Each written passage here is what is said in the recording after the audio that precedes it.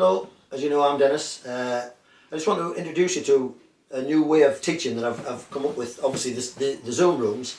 And what I want to do is a series of seminars where they're interactive teachings. Because people can't travel now for CPD, and also when you're teaching modules, it's very difficult because you've got to stick to the curriculum.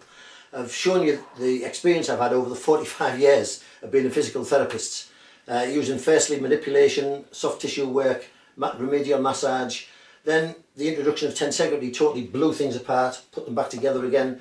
And then of course meeting Dr. Hatsumi from 1995 onwards, after researching this stuff for 10 years, looking at all those different concepts and trying to put them in a package. What I realise is when people ask me questions, sometimes the very basic things they've not understood or they've forgotten. And that's the different thing. So when I'm asked to troubleshoot for people, which I am now on a fairly regular basis, and I look at it and I go, well, did you check this and that and that? Oh, I didn't realise that did that. So what I'm going to do is introduce some seminars, which will be about 3 hours in length. I want interaction, so I want people to be in the classroom so they can ask the questions and then we can move forward with these kind of concepts. And looking at the anthropology of the spine, which you might find boring, but when you study it and understand the way our spine is formed, it's formed in a very, very special way to make us bipedal. It has to have the sacroiliac joints, you've got to understand those. Looking at the fossas, looking at the tensegrity, looking at the ligament structure, the anatomy of it. So basically it's a lot of informed learning to show you how to troubleshoot, and then of course questions and answers. If anyone had any difficulties, I can say, well, I would look at this and look at that, and look at individual difficult cases. But I think the whole concept here is just showing you the whole concept of how and why our spine works the way it does, because I realise if you don't understand its fundamentals, then when those fundamentals are misaligned, you don't understand what you're looking for. So basically it's just a seminar of introduction. It's CPD-able, it's interactive, it's friendly, no one's going to be pushed for questions. I just want you to come, learn, listen, explore, and then we can move on from there.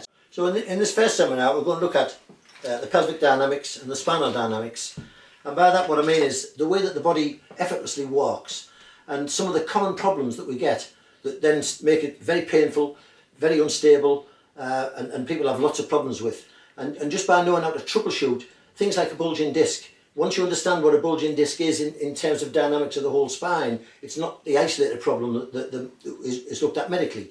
You look at sacroiliac strains, you look at some of the things that people do posturally wrong. So I'm going to educate you on all of those things, different occupations, people they get repetitive strains through activities, sitting wrongly, sitting cross-legged, all basically common factors that come together to build the whole picture of the understanding of the client in front of you, so that you can look and think, right, I can troubleshoot this out of the way by understanding these concepts. Yeah, with Stephen Levin, the introduction of tensegrity, he's changed the whole concept of how we move, how we're put together. And when tensegrity goes inside and looks at the fascia that actually holds together, and we look at the muscles and the relationship between meridians, organs, muscles, nerves, all of that relationship. The muscle test is not just an orthopedic test, it's not a range test. It actually gives you vital information before and after. When you look at the deep fascias, there's certain ways to be able to get deeply in, but not by pressing deep, to really affect the fascias, because the fascias do hold the body together, they do hold the organs in place. And Janet stated that every spinal subluxation has an organ origin. So that's what our Shinden course looks at those supportive measures around the organs. And it's those methods of where to look at, what the tests are telling me, and how to troubleshoot and find a direction and navigate yourself through these, what look like difficult problems. But once you have a formula, it's really quite simple. Yeah, way back in 1980, my world was turned upside down from a manipulative osteopathic approach to Janet's approach of the pelvis with the Poupart's ligament or the fossa. And of course the diarthrodial joint, proven by Eli to exist at about the level of S2.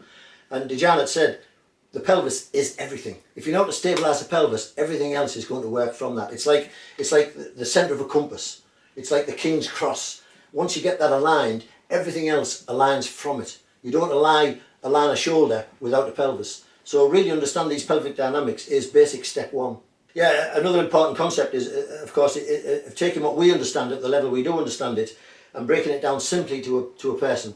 That when you touch them near the ground and the arm goes weak and you say, oh, your fossa's out, they don't understand those sort of concepts. So I use models, I use explanations, I've got leaflets, And once you get those simple ways of explaining things, you get them on side, you're able to rehabilitate them, advise them on home care, self-care and things of that nature. So it really is understanding that on a simple way and being able to pass it on in a simple way. And again, these sessions are designed for you.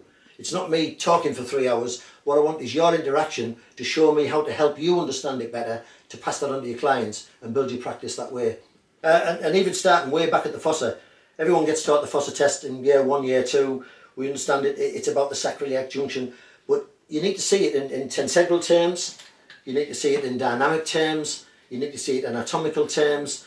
And once you really, really understand the simplicity of an alarm system that tells a part of the brain we're going out of alignment and trouble's about to happen, is paramount in making the corrections and getting the understanding with the clients. You know, even a tight nerve in the foot, a trapped nerve in the foot can cause irritation up in here. And it's just understanding, but the fossa will always tell you when it's done. It'll always tell you when it's out. It's such an indicator. It's like we don't cross a red light, we only go when it's green. I want to give you the green lights for the pelvis and understand it simply. I get questions, people comes in with things like, obviously they get an MRI scans now, you get an X-ray, which is great because people are coming with the knowledge and you're coming with a safety that there's nothing sinister going on. But things like bulging discs aren't the serious condition that people make them. Mechanically, the things that we employ, using our tools, fix those things. We're looking at sacroiliac conditions, how and why the fossa is so important, what are the things it can tell us about the facets, especially the facets of the lower lumbers. Research by a man called Fred Eli shows that the whole power base of the body comes from these 5 facets interacting on a sacral base that's stable. And when Hatsomi told us everything comes from the spine and everything's in your walk, it took me many years to understand that. In actual fact, one of the things he said, you must understand the anthropology. And so that's what made me understand anthropology and look at the formation of why our spine is like that, as opposed to a horse or a dog or any other quadruped, or even upright animals like gorillas. So looking at that, but looking at simple things, simply seen but rarely understood, and just knowing how to troubleshoot where to start from. Is this coming from a foot? Is it coming from above? Is it coming from an organ? What do I do first? That sort of thing. And so plenty of facts like that. How to fix a back, basically, with 45 years of background, hopefully, to help you out. So even with this model, this is showing various stages of thinning of the discs, which is actually a misnomer because although they're thin, it's actually the osteoporotic changes in the body of the vertebra that's making it look thinner. But there is some degeneration. You will get some changes, morphic changes to these joints in elderly people. And so everyone comes in and they call it arthritis. Arthritis doesn't have to be the painful condition it is. If we side bend, then the disc will bulge to one side. So if that's left in situ, so you've got rotated vertebra because you've got one iliac bone out of position, then this isn't your problem. You correct the base and then you correct the alignment of the spine. It's just knowing things like that that make the difference, and knowing what sort of morphic changes you would expect on an elderly client, what sort of mobility you have, how deep you can go, what you can work with. Basically just understanding it well. You know, I have no fears when I look at a spine. There's certain tests that I do, that if I had someone with a bulging disc, I would check these things. I'd know what to refer to hospitals, but usually they've come and they've been x-rayed, they've got other changes, they've been in trouble before. But most of the clients that I work with now have actually been to many, many practitioners, osteopaths, chiropractors, acupuncturists, and had surgery. And I look at them and think, you've been mismanaged from the point of view of what I understand about the spine. And that's what I want to share. As I look back now, after 45 years, at the age of nearly 72, I realise I am a mentor, whether I want to be or not. And I've got this experience, and it's there to share. So please come and enjoy it and share it.